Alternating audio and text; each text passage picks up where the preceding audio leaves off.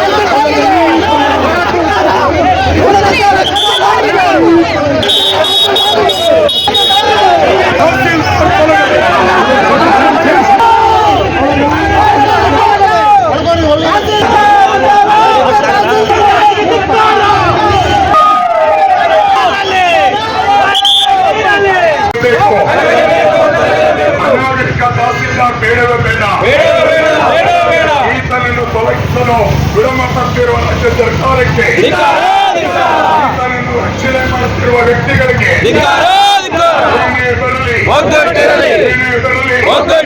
ಹೋರಾಟ ಎಲ್ಲವರೆಗೂ ಹೋರಾಟ, ಯಾವುದಕ್ಕಾಗಿ ಹೋರಾಟ, ನ್ಯಾಯಕ್ಕಾಗಿ ಹೋರಾಟ, ಎಲ್ಲಿಯವರೆಗೆ ಹೋರಾಟ. ಹೋರಾಟ. ತಹಸೀಲ್ದಾರ್ಗೆ ಧಿಕ್ಕಾರ.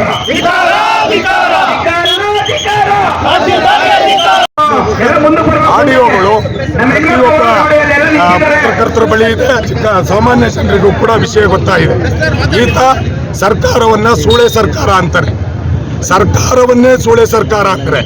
ಸರ್ಕಾರದ ಆದೇಶಗಳಿಗೆ ಏನು ಗೌರವ ಕೊಡ್ಬೋದು ಮತ್ತು ಮಹಿಳೆಯರಿಗೆ ಏನು ಗೌರವ ಕೊಡ್ಬೋದು. ಸೂಳೆ ಅನ್ನೋದಿದೆಯಲ್ಲ, ಅದು ಮಹಿಳೆಯರನ್ನ ಅಗೌರವಿಸಿದಂಗೆ. KAS ಅಧಿಕಾರಿ ಒಂದು ಕ್ಷಣ ಆ ಕುರ್ಚಿ ಮೇಲೆ ಕೂರ್ಲಿಕ್ಕೆ ಆತನಿಗೆ ಅಧಿಕಾರ ಇಲ್ಲ. ಭ್ರಷ್ಟಾಚಾರಕ್ಕೆ ಹಲವು ಪುರಾವೆಗಳಿದ್ದಾವೆ. ಇಂಥದನ್ನ ಈ ರಾಜ್ಯ ಸರ್ಕಾರ ನಾವು ಮನವಿ ಕೊಟ್ಟಿದ್ದೀವಿ. ಕೂಡಲೇ ಇದನ್ನು ತೆಗಿಬೇಕು ಅಂತ ಹೇಳಿದ್ವಿ. MP ಅವ್ರಿಗೆ ಹೇಳಿದ್ವಿ, ತಾಲೂಕಿನ ಇವ್ರಿಗೆ ಹೇಳಿದ್ವಿ, ಜನಪ್ರತಿನಿಧಿಗೆ ಮತ್ತು ಸೋತಿರ್ತಕ್ಕಂಥ ವ್ಯಕ್ತಿ ಕೂಡ ಹೇಳಿದ್ವಿ. ಇವರೆಲ್ಲರೂ ಕೂಡ ಅವನ ಮೇಲೆ ಕ್ರಮ ಕೈಗೊಳ್ಳೋದು ಬಿಟ್ಟು ಇವತ್ತ ಆತನಿಗೆ ರಕ್ಷಕರಾಗಿ ಇದ್ದಾರೆ.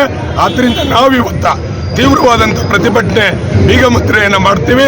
ನಂತರದಲ್ಲಿ ಹಳ್ಳಿಗಳಿಗೆ ಹೋಗ್ತೀವಿ ಅಂತಕ್ಕಂಥ ವಿಚಾರ